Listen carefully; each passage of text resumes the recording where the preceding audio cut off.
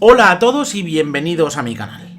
Hoy os voy a hablar de un pequeño análisis que he hecho de una cosa que ha ocurrido recientemente en el Parlamento Europeo. Os pongo en contexto. Hace muy poquito se ha votado en el Parlamento Europeo una resolución que intentaba impulsar la creación de un tribunal internacional compuesto por diferentes países de la comunidad internacional para juzgar los crímenes de guerra cometidos por el ejército ruso y por dirigentes políticos rusos y bielorrusos durante la campaña y la guerra que están haciendo en Ucrania.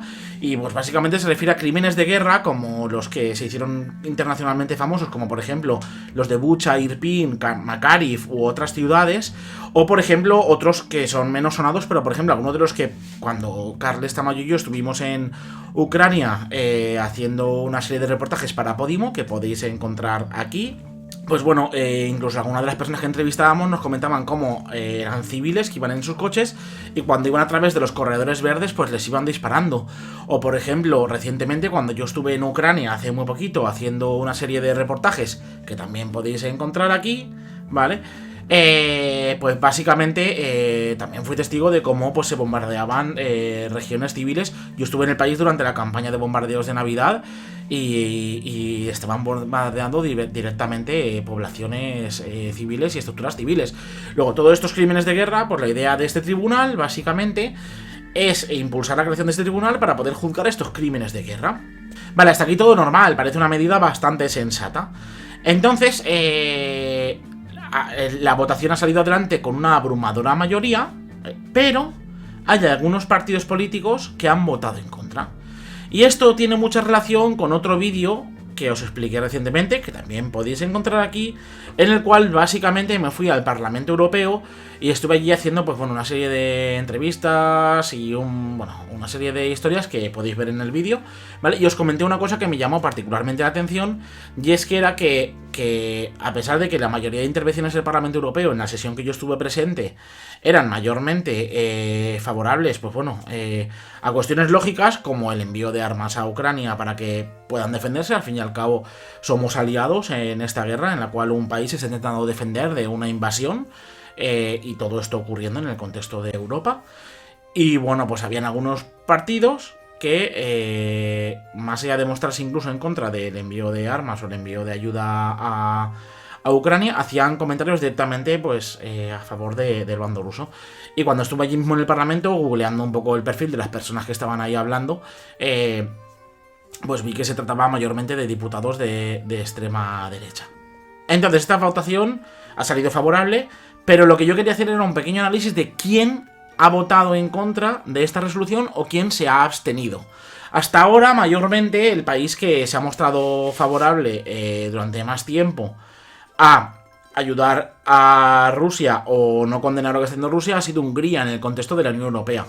Pero cuando he accedido a las actas de votación de lo que ha ocurrido en el Parlamento, me he llevado una sorpresa al ver que no hay prácticamente... de hecho, no había ningún parlamentario de Hungría. Entonces la pregunta es, ¿quién apoya actualmente en el Parlamento Europeo a Putin? ¿Quién apoya actualmente en el Parlamento Europeo que no se tomen medidas contra los crímenes de guerra que está realizando pues el régimen ruso en Ucrania? Pues a eso vamos. Vale, lo que yo he hecho ha sido coger un Excel, ¿vale?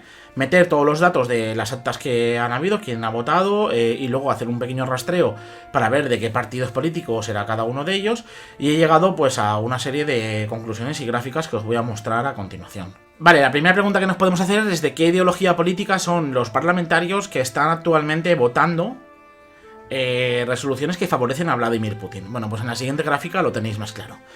Vale, pues en esta gráfica podéis ver que la extrema derecha es el ala política que más apoya a Vladimir Putin en el Parlamento Europeo.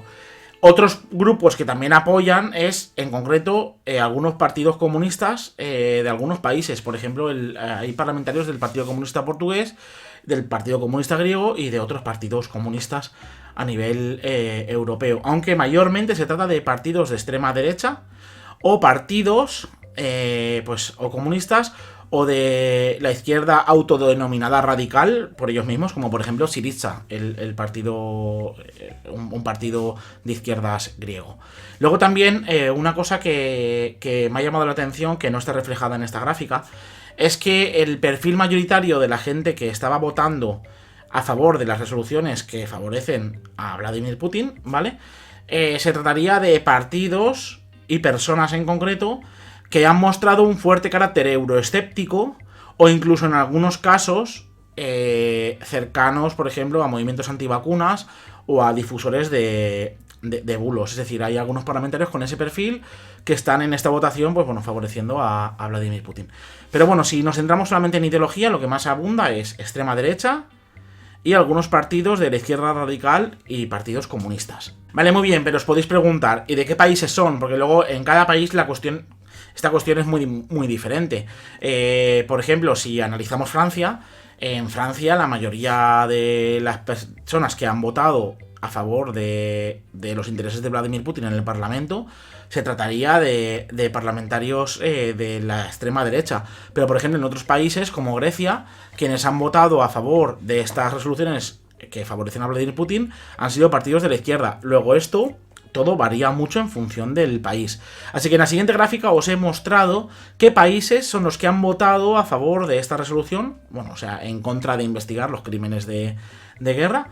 Y nada, pues lo vemos aquí delante. Vemos que en datos brutos, ¿vale?, lo que más abunda son votos de Francia y Grecia, ¿vale? Son los dos países que en la gráfica sobresalen.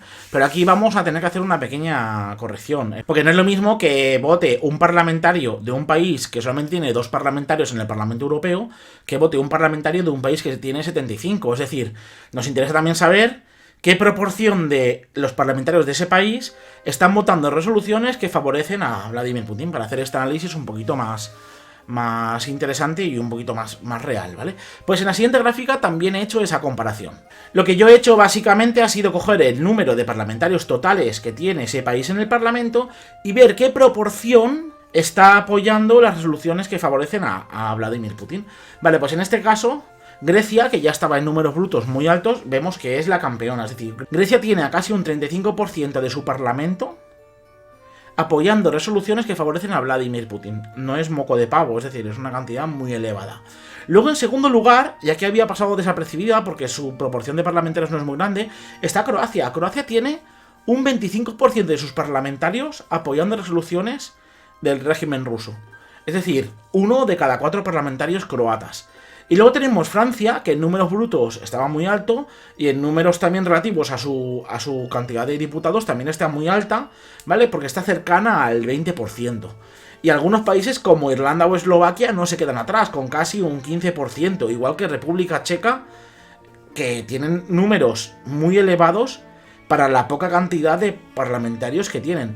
Luego, ¿qué conclusiones podemos extraer de este análisis? Pues básicamente que a pesar de que en la prensa se ha hablado mucho de que Hungría es uno de los grandes valedores de Vladimir Putin en la Unión Europea, esto es verdad, pero luego en la mayoría de países de la Unión Europea, en sus partidos principalmente de extrema derecha, y luego también en algunos partidos de la izquierda, principalmente partidos comunistas o partidos de la izquierda más radical, hay algunos países que también cuentan con muchos aliados de Vladimir Putin. En este caso, por ejemplo, el caso de Grecia es inaudito, más del 30% de sus parlamentarios. Es decir, que realmente los aliados de Putin en este conflicto, en esta guerra que tenemos actualmente pues en el contexto europeo, son mucho más amplios de lo que podrían parecer a priori. Y están principalmente focalizados, muy focalizados en la extrema derecha. Y luego también algunos países cuentan en los partidos de izquierda, ya en menor proporción, con algunos aliados de Putin en el Parlamento Europeo.